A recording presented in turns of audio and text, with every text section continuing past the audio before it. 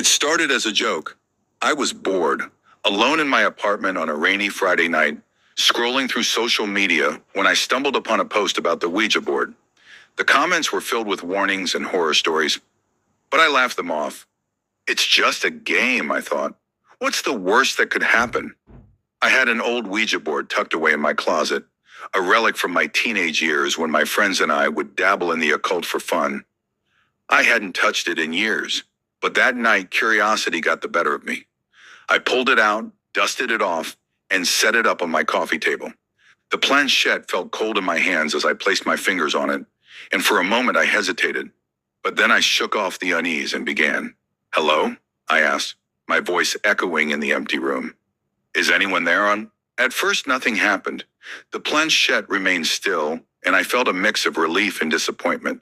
But then slowly it began to move. My heart skipped a beat as it slid to the word yes. I laughed nervously, trying to convince myself that I was subconsciously moving it. "Who am I speaking to?" I asked. The planchette moved again, spelling out a name. Lucas. I didn't know anyone named Lucas, but I decided to play along. "Hi, Lucas. Why are you here?" The planchette moved rapidly, spelling out, "To warn you." A chill ran down my spine, but I forced myself to keep going. "Warn me about what?" The planchette paused, then spelled out, "Death." I pulled my hands away, my breath coming in short, panicked gasps. This wasn't funny anymore. I told myself it was just my imagination, that I had moved the planchette without realizing it, but deep down, I knew better. Something was wrong. That night I couldn't sleep. Every creak of the floorboards, every gust of wind against the window made my heart race. I kept telling myself it was just my mind playing tricks on me, but I couldn't shake the feeling that I wasn't alone. Around 3 a.m., I heard it, a faint tapping on my bedroom window. I froze, my body tense as I listened. The tapping grew louder, more insistent, until it sounded like someone was trying to get in. I pulled the covers over my head, too afraid to look. Eventually, the tapping stopped, and I drifted into a restless sleep. The next day, I tried to convince myself that the tapping had been nothing. A tree branch, maybe, or a bird. But as night fell, the fear returned. I locked all the doors and windows, turned on every light in the apartment, and tried to distract myself with TV. But the unease lingered, like a shadow I couldn't shake. Around midnight, I heard it again. The tapping. This time it was coming from the front door. I sat on the couch, paralyzed with fear, as the tapping turned into knocking.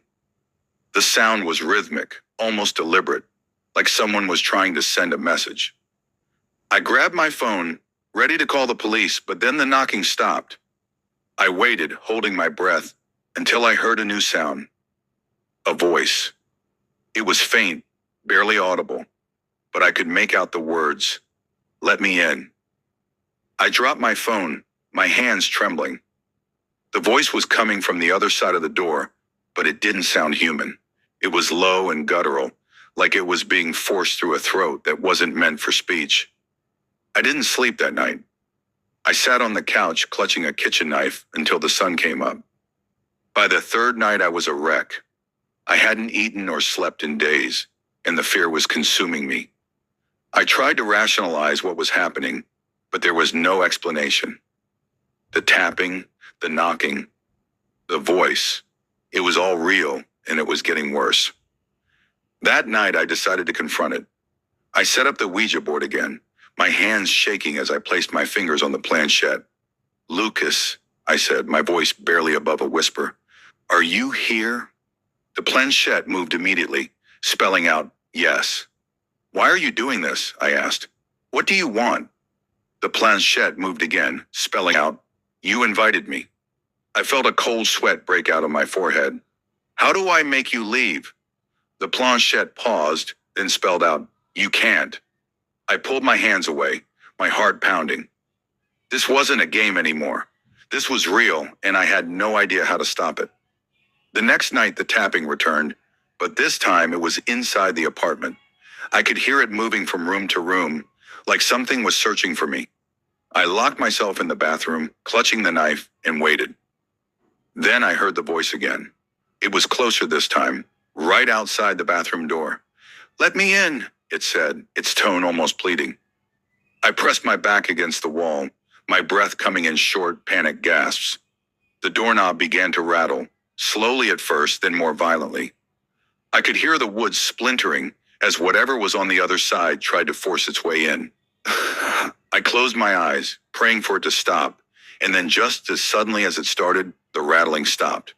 The voice was gone and the apartment was silent. I couldn't take it anymore.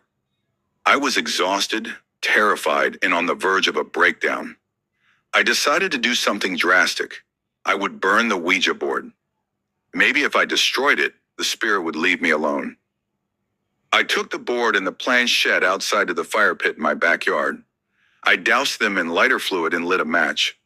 As the flames consumed the board, I felt a sense of relief. It was over. I had broken the connection. But then I heard it, the voice louder and more menacing than ever. "You can't get rid of me." I turned around, but there was no one there. The voice was coming from inside my head, echoing in the darkest corners of my mind. I fell to my knees, clutching my head, as the voice continued. "You invited me in. Now I'm here to stay." Now I sit here in my apartment, writing this account. The tapping has stopped, the knocking has ceased, but the voice remains. It's always there, whispering in my ear, reminding me of what I've done. I don't know how much longer I can last, but I know one thing for certain. I will never be free of Lucas. If you're reading this, take it as a warning. Do not play with the Ouija board, especially alone. It's not a game. It's a gateway.